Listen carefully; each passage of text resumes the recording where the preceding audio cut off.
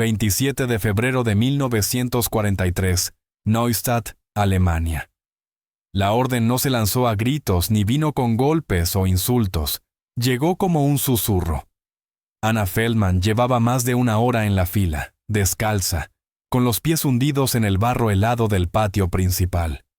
Era ese barro que jamás terminaba de secarse, porque el sol de invierno apenas rozaba el suelo entre los barracones grises. El viento del norte se le metía por el vestido, demasiado fino para ese frío. Aquel vestido había sido azul claro cuando ella llegó al campo, 3 meses atrás. Ahora tenía el tono oscuro de la tierra mojada. Nadie hablaba y nadie lloraba. En un lugar así, aprender a callar era la primera regla para seguir viva. La segunda, no hacer preguntas. La tercera, la más importante, consistía en no mirar nunca a los guardias a los ojos.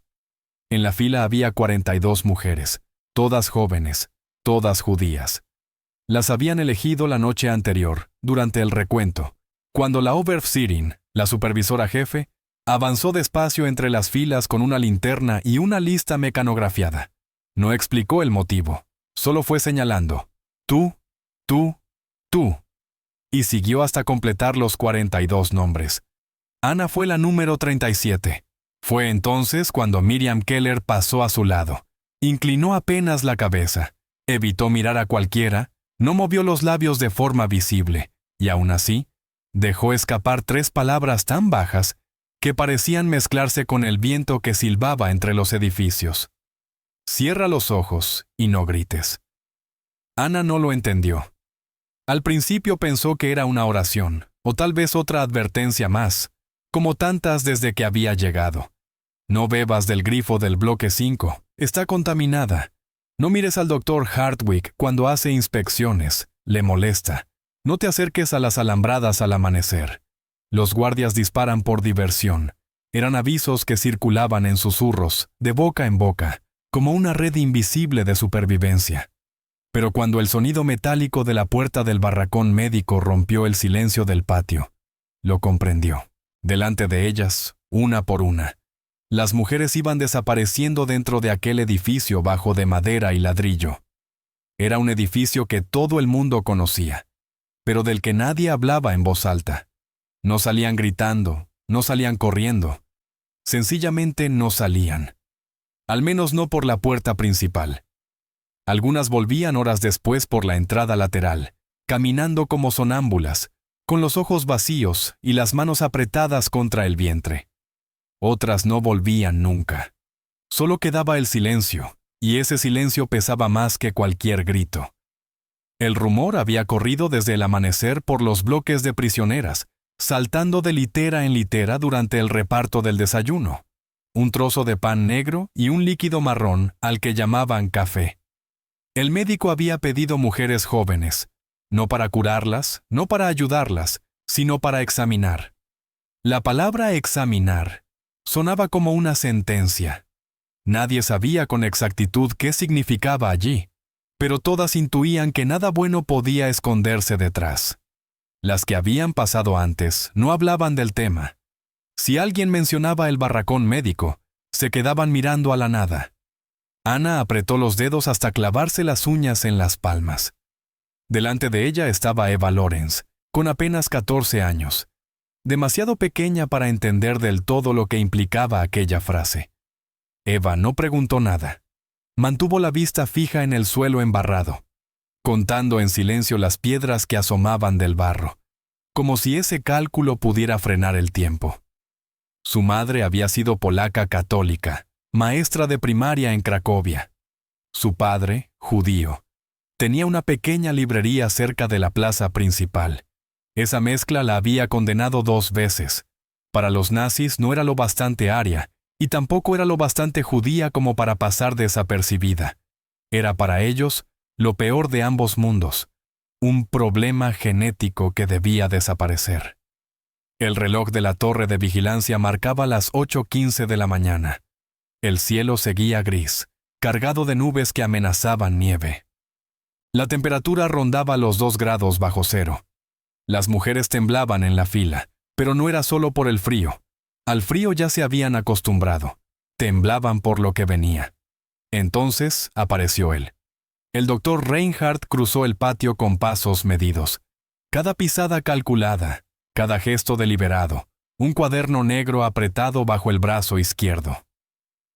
No daba la impresión de tener prisa ni de disfrutar con la crueldad. Lo que transmitía era corrección, una corrección casi excesiva. Sus botas relucían pese al barro, recién lustradas esa misma mañana por una prisionera asignada al servicio doméstico de los oficiales. El uniforme médico estaba impecable, sin una arruga, sin una sola mancha visible. Tenía 46 años, y antes de la guerra, había trabajado como patólogo forense en el Hospital Charité de Berlín, uno de los centros médicos más prestigiosos de Europa. Había publicado 17 artículos en revistas médicas alemanas entre 1935 y 1941, y había dado conferencias en Viena, Múnich y Praga. Era miembro de la Sociedad Alemana de Patología, un hombre respetado, un profesional reconocido. Ahora dirigía el Departamento de Experimentación Reproductiva en Neustadt, bajo la supervisión directa del Reichsführer SS, Heinrich Himmler, quien había autorizado personalmente los protocolos experimentales mediante una orden firmada el 7 de julio de 1942. Sus ojos recorrieron la fila sin detenerse en ningún rostro. No buscaba personas, buscaba muestras. Calculaba edad aproximada, complexión física, estado aparente de salud. Todo eso en unos 2 segundos por mujer. Eficiencia médica aplicada a la selección. Sus botas se detuvieron frente a Ana. La observó por primera vez, pero no a los ojos, sino al cuerpo, como lo haría un veterinario evaluando ganado antes de una intervención. La siguiente, dijo con voz neutra, sin la menor inflexión emocional. Miriam no la miró. Eva no se movió. Y en ese instante exacto, Ana entendió la advertencia. No era corre ni resiste, era cierra los ojos. Porque ver lo que venía podía quebrarte para siempre. Podía grabarse en la memoria con una profundidad imposible de borrar, ni siquiera con los años. Y no grites, porque allí nadie iba a salvarte. Gritar solo aceleraba el final, solo te marcaba como inestable, como material defectuoso. Entre enero de 1942 y abril de 1945, más de 74 experimentos médicos fueron autorizados oficialmente en campos de concentración alemanes por el Ministerio del Interior del Reich y la Oficina Central de Seguridad. Neustadt, el único campo diseñado exclusivamente para mujeres, albergó entre 35.000 y 40.000 prisioneras en su punto máximo durante el invierno de 1943. De ellas, al menos 863 fueron sometidas a procedimientos quirúrgicos sin consentimiento, esterilizaciones forzadas, trasplantes óseos, infecciones inducidas con bacterias de gangrena gaseosa y sulfanilamidas, estudios sobre resistencia al dolor y pruebas de métodos anticonceptivos permanentes mediante radiación o sustancias químicas inyectadas directamente en las trompas de falopio.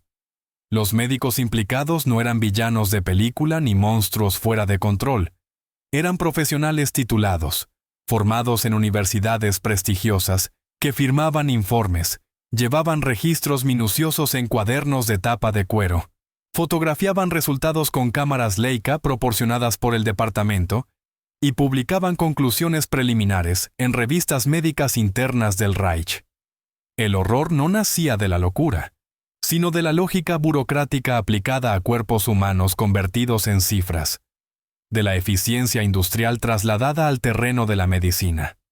El doctor Fritz Fischer, cirujano ortopédico, realizó trasplantes de huesos entre prisioneras vivas para estudiar procesos de rechazo. El doctor Karl Gebhardt, médico personal de Heinrich Himmler, infectó heridas de forma deliberada con bacterias mortales para probar la eficacia de nuevos antibióticos. El doctor Karl Klauberg, ginecólogo de fama internacional, inyectó sustancias químicas experimentales en los úteros de mujeres conscientes y sin anestesia para provocar una esterilización irreversible en menos de 10 minutos. Y el doctor Wilhelm Arendt se dedicaba a estudiar los efectos de la radiación. El sistema médico nazi funcionaba bajo una premisa simple y legalmente establecida. Ciertos grupos humanos podían ser utilizados como material de investigación porque ya habían sido despojados de su condición legal mediante las leyes de Nuremberg de 1935. No se consideraban crímenes, eran experimentos autorizados, financiados con presupuestos aprobados por el Ministerio de Finanzas. Los médicos recibían fondos específicos para equipamiento. Los resultados se archivaban en carpetas clasificadas y las muertes se anotaban como complicaciones previsibles dentro de parámetros estadísticos considerados normales. Todo quedaba registrado, todo estaba autorizado y todo era, según la ley alemana de ese tiempo, perfectamente legal. Anna Feldman había nacido en Breslau, hoy Wrocław, Polonia, 20 años atrás, en el seno de una familia de comerciantes judíos que vendía telas importadas desde Francia y Bélgica. Su padre, Isaac Feldman, había heredado el negocio de su propio padre. La tienda estaba ubicada en la Schweidnitzer Straße, una de las principales arterias comerciales de la ciudad. Vendían sedas, linos, terciopelos, telas para bodas, cortinas y vestuario teatral. Era un negocio sólido, una vida estable. Ana era la menor de 3 hermanas. Había cursado 2 años de contabilidad en una academia privada, hasta que las leyes raciales de 1938 cerraron todas las instituciones educativas para judíos. Era introspectiva por naturaleza, más observadora que habladora. Leía mucho, sobre todo novelas rusas, Tolstoy, Dostoyevsky y Chekhov. Le atraía la manera en que esos autores mostraban la complejidad humana sin juzgarla. No lloraba con facilidad. Desde niña había aprendido que mostrar emociones no cambiaba los hechos, solo hacía las situaciones más difíciles. Cuando fue arrestada en noviembre de 1942, durante una redada nocturna en el gueto judío de Breslau, no preguntó por qué. Sabía que las preguntas no traían respuestas útiles.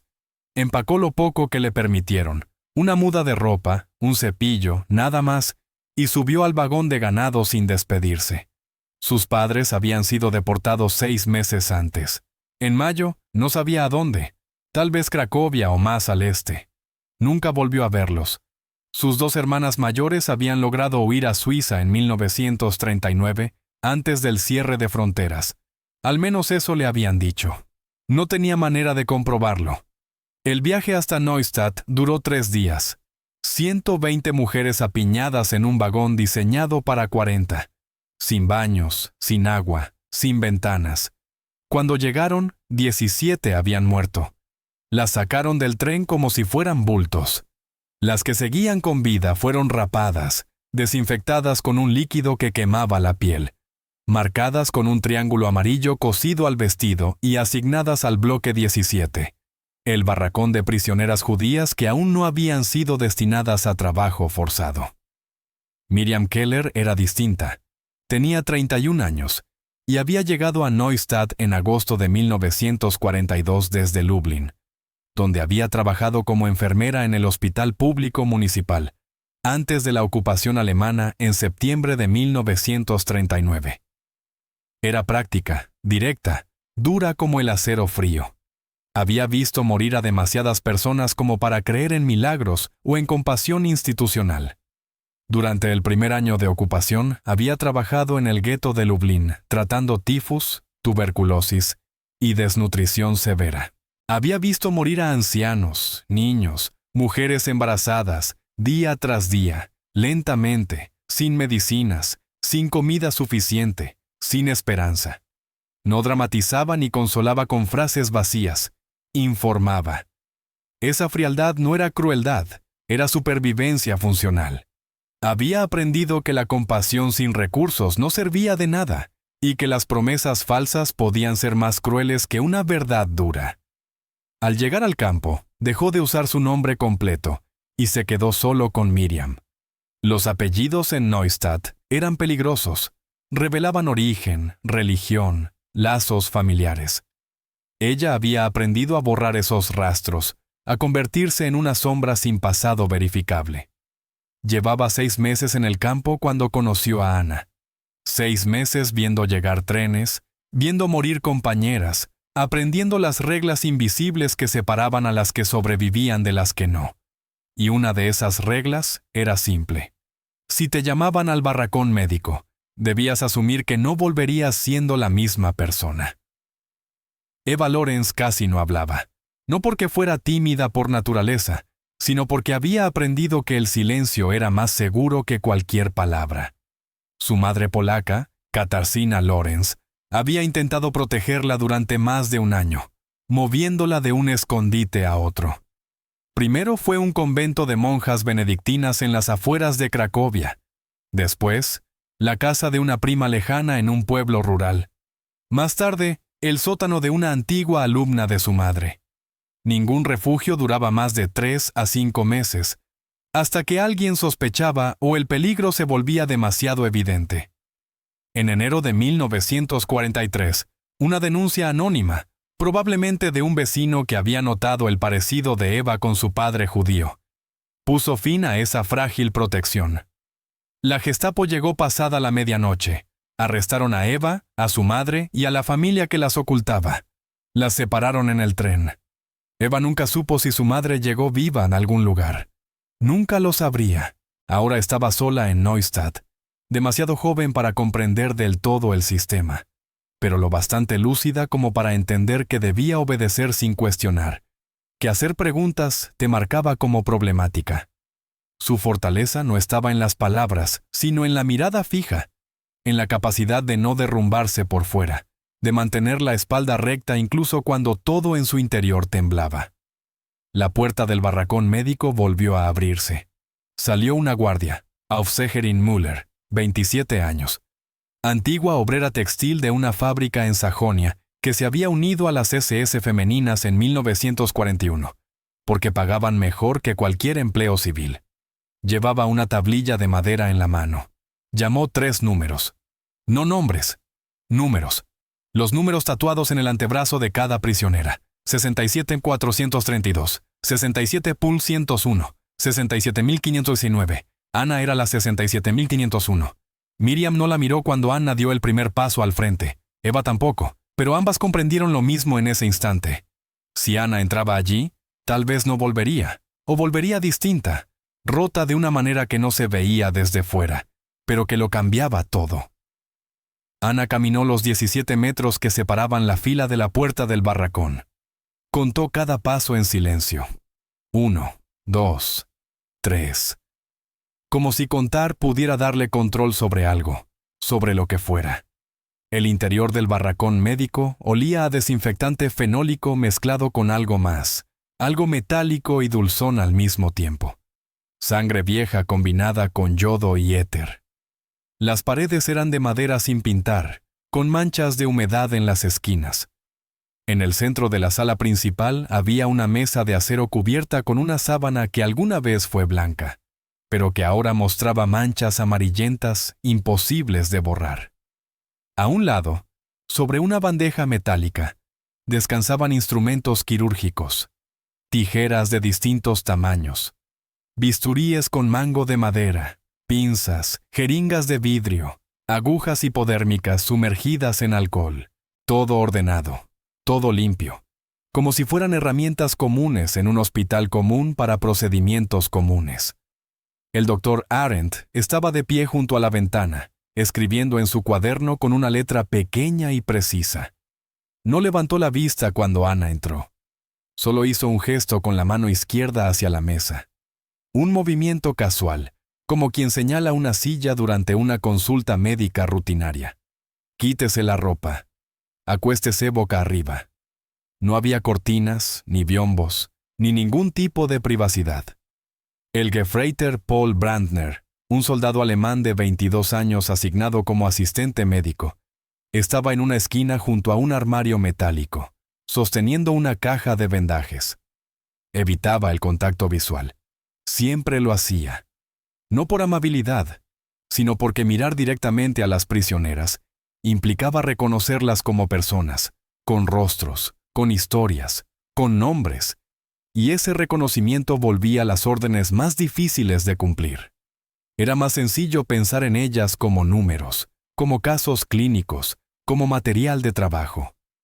Brandner había sido reclutado en 1941 y destinado al Frente Oriental durante 8 meses. Había resultado herido en el hombro derecho por metralla durante un bombardeo soviético cerca de Smolensk. Esa herida le salvó la vida. Lo reasignaron a tareas médicas en la retaguardia. Primero en un hospital de campaña, luego allí. Creyó que sería mejor. Pensó que no tendría que ver más muerte. Se equivocó. Aquí, la muerte llegaba más despacio y acompañada de formularios firmados. Ana obedeció. No tenía alternativa. Se quitó el vestido raído con dedos que temblaban apenas y se recostó sobre el acero frío de la mesa. El contacto con el metal le cortó la respiración durante un segundo, como si se sumergiera de golpe en agua helada. Cerró los ojos. Recordó la advertencia de Miriam. Cierra los ojos. Se aferró a esa instrucción como a un salvavidas. El doctor Arendt se acercó sin apuro. Dejó el cuaderno sobre una silla de madera y se lavó las manos en un lavabo pequeño durante exactamente 30 segundos. Había leído estudios sobre contaminación cruzada y seguía los protocolos incluso allí. Se puso los guantes de goma blanca y revisó los instrumentos uno por uno, comprobando que todo estuviera en su sitio. Cada movimiento era mecánico, repetido cientos de veces, pulido por la práctica.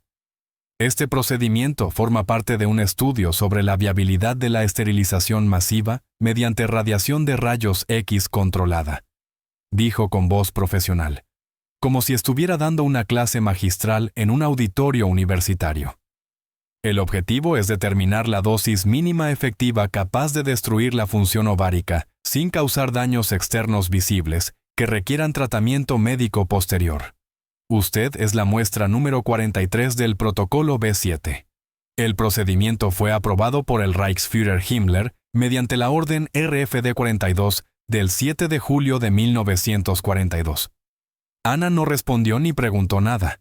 Mantuvo los ojos cerrados y apretó los dientes con tanta fuerza que sintió dolor en la mandíbula. Entonces ocurrió algo inesperado. Una pausa. El doctor Arendt aún no había tocado ningún instrumento ni encendido el equipo. Estaba de pie, inmóvil, a menos de medio metro de la mesa. Ana no podía verlo, pero sentía su presencia. El silencio se alargó. 5 segundos, 10, 15, 20.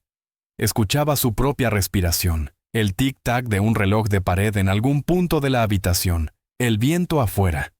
Finalmente volvió a hablar, pero su voz era distinta, más baja, casi cuidadosa, con un tono que no había usado antes. Si siente dolor extremo durante el procedimiento de radiación, no grite. El grito activa respuestas vasculares involuntarias que incrementan el sangrado interno y la inflamación de los tejidos blandos. Cierre los ojos y respire lenta y profundamente por la nariz. Así el daño a largo plazo será menor y la recuperación más rápida. Ana abrió los ojos despacio. Lo miró por primera vez desde que había entrado. El doctor Arendt no la estaba mirando a ella. Observaba la bandeja de instrumentos mientras ajustaba la posición de una pinza que ya estaba perfectamente colocada. Su expresión seguía siendo neutral, profesional, la de un ingeniero explicando el funcionamiento de una máquina. Sin embargo, había dicho algo que no figuraba en ningún protocolo oficial. No era una muestra de compasión ni un intento de salvarla. Era una advertencia técnica, una instrucción pensada para reducir el sufrimiento visible, minimizar variables incontrolables y mejorar la calidad de los datos. No era bondad, era control experimental. El doctor Arendt se dirigió a la esquina de la sala donde se encontraba el equipo de radiación. Una máquina Siemens Stabil, modelo 1938, diseñada originalmente para tratamientos oncológicos en hospitales civiles y requisada por él mismo en Berlín en septiembre de 1942. Ajustó los diales con precisión milimétrica. Voltaje, 180 kV. Tiempo de exposición, 12 minutos. Distancia del tubo a la piel, 30 centímetros. Área de enfoque, región pélvica inferior. Todo quedó anotado en el cuaderno antes de empezar. «No se mueva», dijo. Colocó el brazo metálico del aparato sobre el abdomen de Ana. El tubo de rayos X quedó suspendido exactamente a la distancia calculada. Verificó la posición 2 veces más. Luego caminó hacia el panel de control en la pared opuesta, detrás de una mampara de plomo que lo aislaba de la radiación. Iniciando exposición. Anunció en voz alta para que quedara constancia. Brandner, desde la esquina, anotó la hora en una hoja suelta. 8:27 a.m. El equipo empezó a emitir un zumbido bajo y uniforme. No hubo dolor inmediato ni una sensación física clara. Solo ese sonido constante, parecido al de un motor eléctrico funcionando en otra habitación. Ana cerró los ojos, respiró por la nariz y comenzó a contar en silencio. 1, 2, 3, 4. A los 2 minutos apareció una sensación de calor, no en la piel, sino más adentro, como si algo en el centro de su cuerpo se estuviera calentando lentamente. A los 5 minutos, el calor se transformó en ardor. A los 8, el ardor dio paso al dolor. Un dolor opaco, profundo, distinto a cualquier otro que hubiera sentido. No era agudo como un corte ni superficial como una quemadura. Venía de un lugar interno, difuso, imposible de señalar, como si algo dentro de ella se estuviera destruyendo célula por célula. Quiso gritar. Cada músculo le pedía gritar, moverse, escapar. Pero recordó la advertencia. No grites. Apretó los dientes, cerró los puños y siguió respirando por la nariz, lento y profundo, como si esa respiración pudiera levantar un muro contra el dolor. A los 11 minutos, la sensación era casi insoportable. Tenía náuseas, sentía el cuerpo atravesado por agujas invisibles. Las lágrimas le corrieron por las mejillas en silencio, pero no gritó. A los 12 minutos exactos, el zumbido cesó. Procedimiento completado, dijo el doctor Arendt desde detrás de la mampara. Brandner anotó. 8:39, duración total. 12 minutos. El doctor Arendt salió de la protección, se quitó los guantes y escribió en su cuaderno. Tiempo de exposición, 12 minutos. Reacción visible durante el procedimiento, mínima. Solo lagrimeo silencioso. Muestra estable. No requirió sujeción física. Cooperación excelente. Resultados fisiológicos esperados en 3 a 5 días. Seguimiento requerido en 14 días. Puede vestirse, dijo sin mirarla, concentrado en la escritura. Preséntese nuevamente en 14 días para la evaluación post-procedimiento. El número 67501 será convocado mediante la lista matutina. Ana se incorporó despacio. Las piernas le temblaban tanto que pensó que no lograría sostenerse. Se aferró un instante al borde de la mesa. El dolor seguía allí, profundo, constante. Se puso el vestido con dedos torpes. Cada movimiento le exigía un esfuerzo enorme. El Gefreiter Brandner abrió la puerta sin decir una palabra, sin mirarla. Ana salió al patio. La luz del día la deslumbró por un momento. El contraste entre el interior oscuro del barracón y la claridad del cielo nublado era demasiado fuerte. Parpadeó varias veces. Miriam seguía en la fila, ahora 4 lugares más cerca de la puerta. La miró y no dijo nada. No hacía falta. Ana vio en sus ojos que Miriam sabía exactamente lo que acababa de ocurrir. Ya lo había visto antes, muchas veces. Eva había desaparecido de la fila, ya estaba dentro. Ana caminó de regreso al bloque 17. Cada paso era una lucha. Quería correr, esconderse, llorar hasta vaciarse por completo. Pero siguió avanzando erguida, mecánica, como si esa rigidez pudiera mantenerla entera. En los días siguientes empezaron los efectos reales. El dolor abdominal se intensificó. No era constante, llegaba en oleadas. A veces desaparecía durante horas y ella pensaba que quizá lo peor había pasado. Luego volvía con más fuerza, como una puñalada interna. Náuseas, vómitos, fiebre leve que subía y bajaba sin un patrón claro. Pero lo peor no era el cuerpo, era la certeza. la certeza de que algo dentro de ella había sido alterado para siempre. Algo esencial, algo que no se recupera con tiempo ni con tratamiento, algo que la definía como mujer, como ser humano capaz de crear vida. Había sido destruido de forma deliberada por un hombre con título universitario y guantes de goma blanca. Miriam se lo explicó una noche, en voz muy baja, mientras compartían un trozo de pan duro en el barracón. Las literas de madera crujían con cada movimiento. Afuera, los reflectores barrían el patio a intervalos regulares. Adentro solo había oscuridad y susurros. «Lo que te hicieron no es algo nuevo», dijo Miriam con su tono práctico, sin adornos. «Llevan más de un año probando métodos de esterilización masiva, radiación, químicos, cirugía. Buscan una forma rápida y barata de aplicarlo a millones de personas, judíos, gitanos, eslavos, cualquier grupo que consideren genéticamente inferior. El objetivo no es matarlos de inmediato, es impedir que se reproduzcan, hacer que desaparezcan en una sola generación sin necesidad de construir más cámaras de gas. Es más limpio, más eficiente, menos problemático en términos políticos». Ana escuchó en silencio. No lloró, solo asintió despacio. «¿Por qué me advirtió?», preguntó al final, en un susurro apenas audible. «El médico. Me dijo que no gritara. Incluso me explicó por qué». Miriam la miró con esos ojos duros y cansados, ojos que habían visto demasiado. «Porque no le importas tú como persona. Le importa el experimento, le importan los datos. Si gritas, el cuerpo reacciona de forma impredecible. Los músculos se tensan, el corazón se acelera, los vasos sanguíneos se dilatan.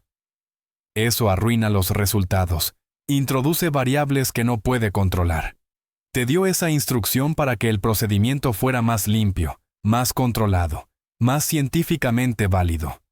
No fue compasión, fue metodología experimental. Tú eres un ratón de laboratorio que puede seguir instrucciones verbales, y eso mejora la calidad del experimento». Ana lo entendió entonces con una claridad absoluta. La advertencia no había sido un gesto de humanidad escondida, ni un instante de debilidad moral en un hombre cruel. Había sido parte del protocolo, una variable más dentro del experimento. El Dr. Arendt no veía personas frente a él. Veía muestras biológicas con características específicas, y esas muestras debían comportarse de manera predecible y controlada para que los resultados fueran científicamente válidos y publicables. Eva Lawrence no regresó al barracón esa noche, ni apareció a la mañana siguiente. Volvió 2 días después, caminando como una anciana a pesar de sus 14 años, pálida, con los ojos hundidos en unas cuencas que parecían demasiado grandes para su rostro. No habló de lo que le habían hecho, pero su mirada había cambiado de forma fundamental e irreversible. Ya no era la de una niña que aún guardaba esperanza. Era la de alguien que había visto el límite exacto de lo que un ser humano puede soportar y lo había cruzado sin morir, pero sin quedar del todo viva. Se sentó en su litera sin decir una palabra. Miriam le dio un trozo de su ración de pan. Eva lo tomó, pero no lo comió. Lo sostuvo entre las manos durante horas, mirándolo como si ya no recordara para qué servía. Entre febrero y abril de 1943, el Dr. Arendt realizó 117 procedimientos de radiación experimental en prisioneras de Neustadt bajo el protocolo B7. De ellas, 93 sobrevivieron al procedimiento inicial sin complicaciones inmediatas que requirieran hospitalización. 42 desarrollaron complicaciones graves en las semanas siguientes. Hemorragias internas masivas, infecciones generalizadas, necrosis de tejidos pélvicos, perforaciones intestinales causadas por daño tisular. 19 murieron en menos de 3 meses. Ninguna de esas muertes fue registrada como consecuencia de experimentación médica. Se consignaron como paro cardíaco, infección generalizada de origen desconocido o complicaciones abdominales. Los resultados se presentaron en un informe mecanografiado de 52 páginas titulado Estudio comparativo sobre la viabilidad de la esterilización por radiación en poblaciones objetivo. Protocolo B7. Resultados preliminares. El documento concluía que el método era técnicamente eficaz para destruir la función reproductiva femenina, pero que requería ajustes en la dosificación para reducir la mortalidad prematura, a niveles considerados aceptables para una aplicación masiva. La recomendación final sugería reducir el tiempo de exposición a 8 minutos y aumentar ligeramente la distancia del tubo a 40 centímetros. Según esos cálculos, la mortalidad descendería aproximadamente del 16% al 8%, una cifra que se consideraba aceptable para una implementación a escala industrial. El propósito nunca fue salvar vidas, sino perfeccionar la eliminación demográfica mediante ciencia aplicada. El informe fue enviado a Berlín en junio de 1943. Lo leyeron el Dr. Leonardo Conti, jefe del Reichsamt de Salud Pública, y varios funcionarios del Ministerio del Interior. Después fue archivado con clasificación secreta. Algunas copias circularon por otros campos de concentración donde se llevaban a cabo experimentos similares. Auschwitz, Dachau, Buchenwald. Anna sobrevivió. Su cuerpo soportó la radiación mejor que el de muchas otras. No desarrolló hemorragias internas graves ni infecciones mortales, pero el daño fue definitivo. Su sistema reproductivo quedó destruido por completo. Los ovarios dejaron de funcionar. El tejido interno se necrosó. Nunca volvió a menstruar. Nunca podría tener hijos. A los 20 años, su cuerpo había sido convertido en un organismo estéril, mediante 12 minutos de radiación controlada.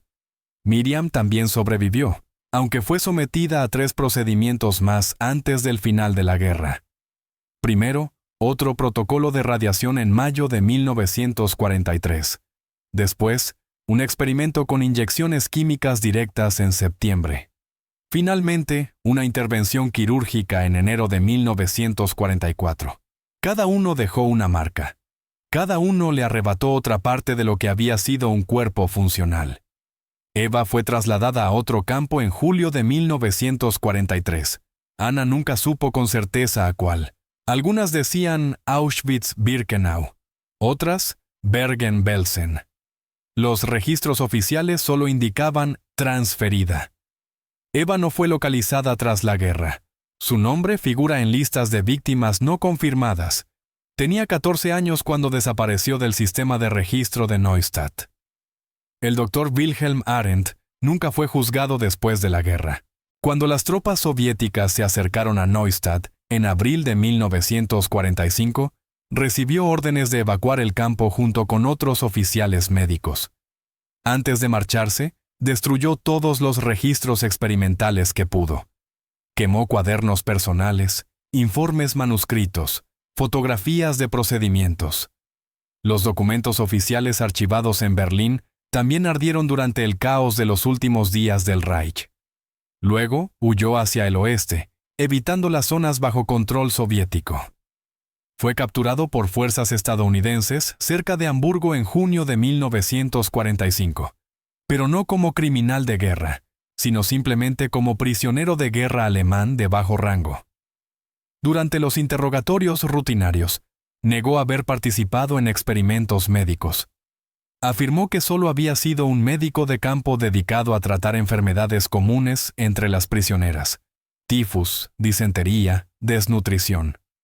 Dijo que nunca estuvo asignado a departamentos experimentales y que su labor había sido estrictamente terapéutica. No existían pruebas suficientes para refutarlo. Los registros habían sido destruidos. Las testigos estaban dispersas por toda Europa, muchas sin identificación oficial, sin documentos, sin forma de demostrar dónde habían estado ni lo que habían sufrido. Otras estaban demasiado traumatizadas para declarar de manera coherente ante tribunales militares. El caso se archivó por falta de pruebas para un procesamiento judicial. El Dr. Arendt fue liberado en febrero de 1947 tras 22 meses en campos de prisioneros. Regresó a Berlín Occidental. Cambió legalmente su nombre a Wilhelm Arndt. Solo una letra.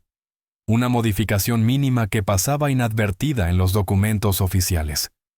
Retomó su carrera como patólogo forense en un hospital privado de Charlottenburg. Trabajó allí durante 18 años. Fue respetado por sus colegas. Publicó 7 artículos sobre patología forense entre 1950 y 1965 en revistas médicas alemanas. Ninguno mencionaba su trabajo durante la guerra. Ninguno hacía referencia a Neustadt. Se jubiló en 1965 con una pensión estatal completa. Murió en 1971, a los 74 años, de un infarto masivo mientras dormía en su apartamento de Berlín. Su obituario en el Berliner Morgenpost lo describió como un médico dedicado y respetado, que sirvió con distinción en tiempos difíciles y contribuyó de forma significativa al desarrollo de la medicina forense moderna en Alemania. Nunca fue condenado, nunca confesó nada, nunca pagó por lo que hizo a 117 mujeres en aquel barracón de madera impregnado de olor a desinfectante. Anna Feldman fue liberada de Neustadt el 30 de abril de 1945. 2 días antes de la rendición oficial de Berlín, las tropas soviéticas llegaron al campo y encontraron unas 3.500 prisioneras con vida, de más de 40.000 que habían pasado por allí. Anna pesaba 38 kilos. Estaba casi ciega por una desnutrición severa. Tenía 20 años en el calendario, pero su cuerpo parecía el de una mujer de 50. Pasó 6 meses en un hospital de la Cruz Roja en Malmö, Suecia, recuperándose en lo físico, aunque había heridas que no cerraban con comida, descanso ni tiempo. Durante años no habló de lo vivido, no porque quisiera olvidar, sino porque las palabras resultaban completamente insuficientes. ¿Cómo explicarle a alguien que nunca estuvo allí que te conviertes en un número? Que un hombre con título universitario te trató como material de laboratorio y, aún así, te dio una instrucción? Cierra los ojos.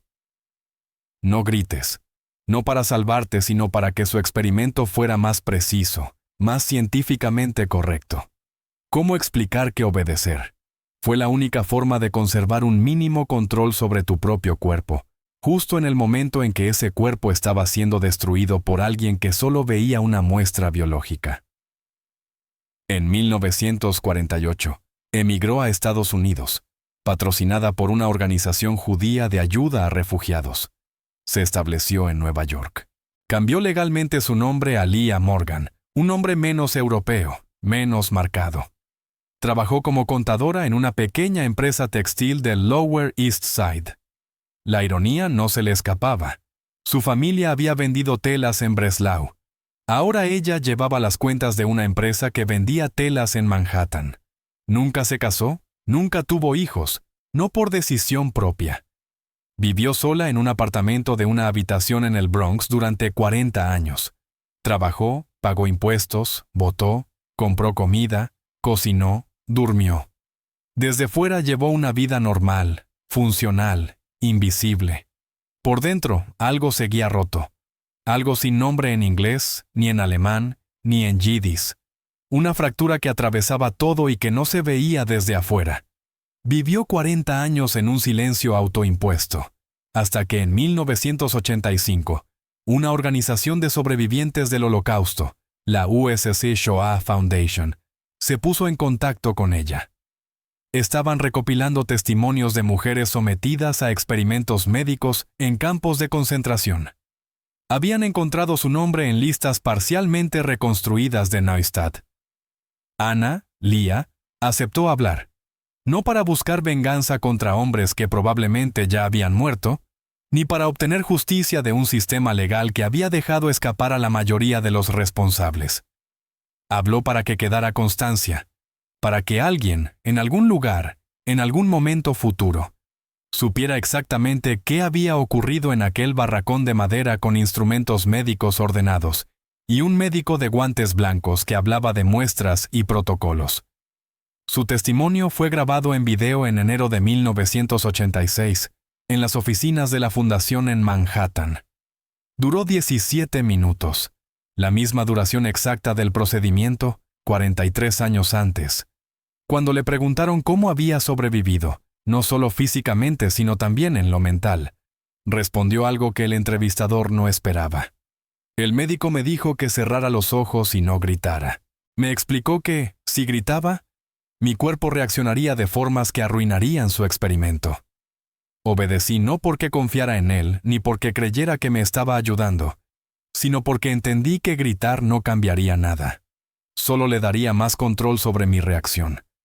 Así que decidí no darle esa satisfacción. Decidí no darle el dato que buscaba. Cerré los ojos. No grité. Y en ese gesto mínimo, en esa decisión tan pequeña, encontré algo parecido al control. No sobre lo que me estaban haciendo, pero sí sobre cómo lo enfrentaba. Le preguntaron si alguna vez había perdonado al Dr. Arendt. No se perdona a quien no se arrepiente, dijo con voz firme, sin vacilar. Él nunca pidió perdón, ni siquiera reconoció públicamente lo que hizo. Para él, yo nunca fui una persona con nombre, con historia, con futuro. Fui la muestra número 43 del protocolo B7, un dato en un informe de 52 páginas. Y las muestras de laboratorio no merecen disculpas, no merecen reconocimiento, no merecen memoria. Le preguntaron qué quería que la gente entendiera.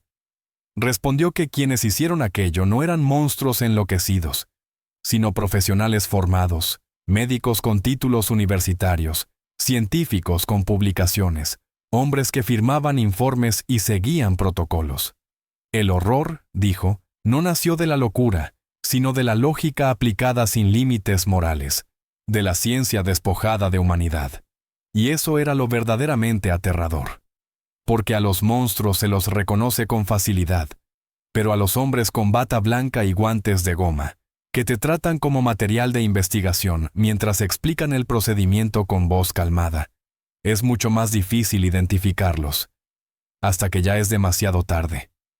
Leah Morgan murió en Nueva York el 12 de marzo de 1998, a los 75 años, por una neumonía complicada con insuficiencia respiratoria. Fue enterrada en el cementerio judío Mount Hebron, en Queens. No dejó familia directa, ni hijos ni nietos. Dejó, en cambio, su testimonio.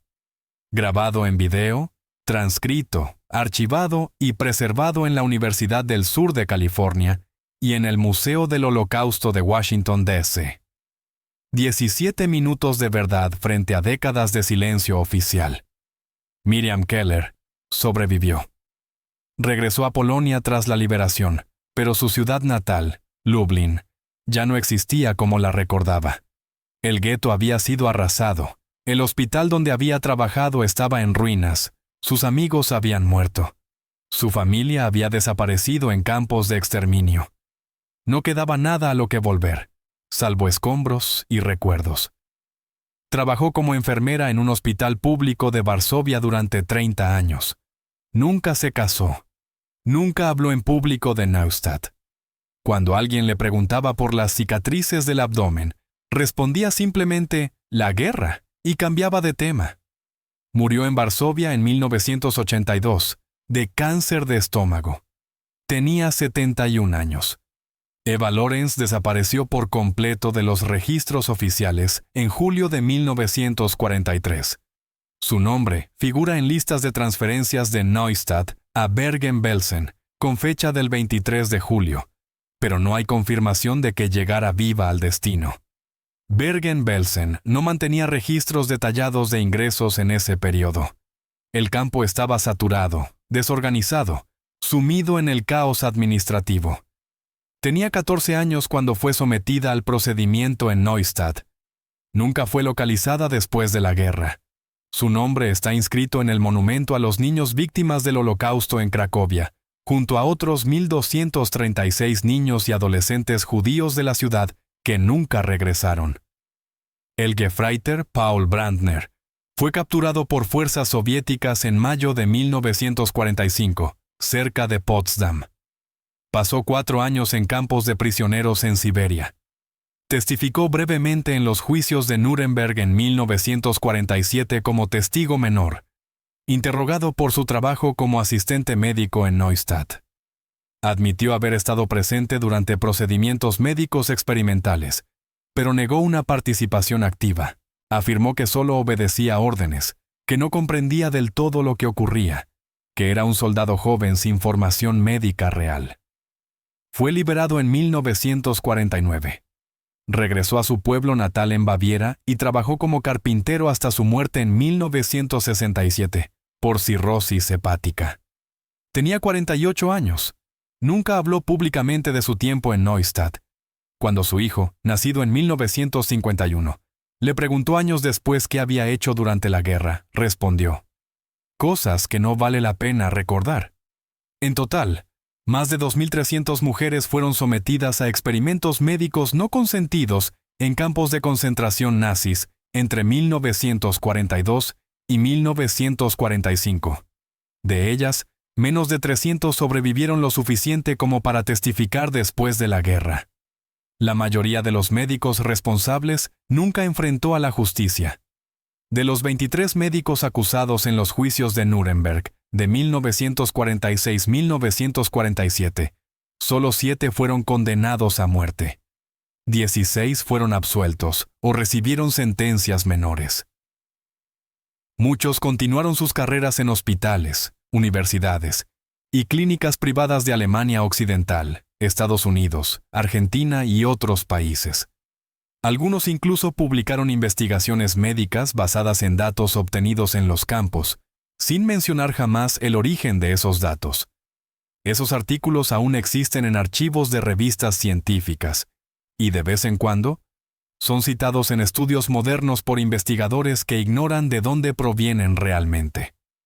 El horror no fue improvisado. Fue planificado con presupuestos aprobados, documentado en informes mecanografiados, autorizado mediante órdenes firmadas y ejecutado por profesionales formados. Después, fue borrado de manera sistemática, o al menos se intentó. Quemaron documentos, cambiaron nombres, negaron responsabilidades. Pero los sobrevivientes no olvidaron. Y aunque pasaron décadas antes de que alguien quisiera escucharlos de verdad, antes de que el mundo estuviera preparado para enfrentarse a esa verdad incómoda, finalmente hablaron. La advertencia del Dr. Arendt, cierra los ojos, no grites, no fue un gesto de misericordia oculta ni un destello de humanidad reprimida bajo presión.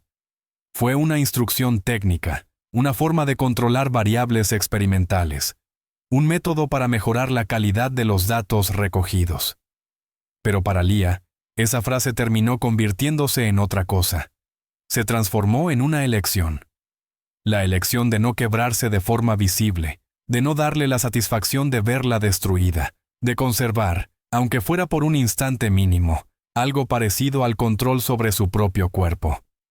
En el momento en que ese cuerpo estaba siendo destruido de manera sistemática, no fue heroísmo ni resistencia política organizada. No fue un acto de valentía extraordinaria. Fue resistencia silenciosa, la forma más pequeña, más desesperada y más frágil de dignidad humana. La decisión de no gritar cuando todo tu cuerpo te exige gritar. La decisión de cerrar los ojos cuando mirar podría romperte para siempre. Y quizá eso sea lo más terrible de todo. Que en los lugares donde la humanidad fue reducida a experimento, donde los cuerpos se convirtieron en datos numéricos y las vidas en estadísticas archivadas, donde hombres con educación universitaria aplicaron metodología científica a la destrucción sistemática de otros seres humanos, la única forma de conservar algo parecido a la dignidad fue obedecer la instrucción de un torturador. Cierra los ojos.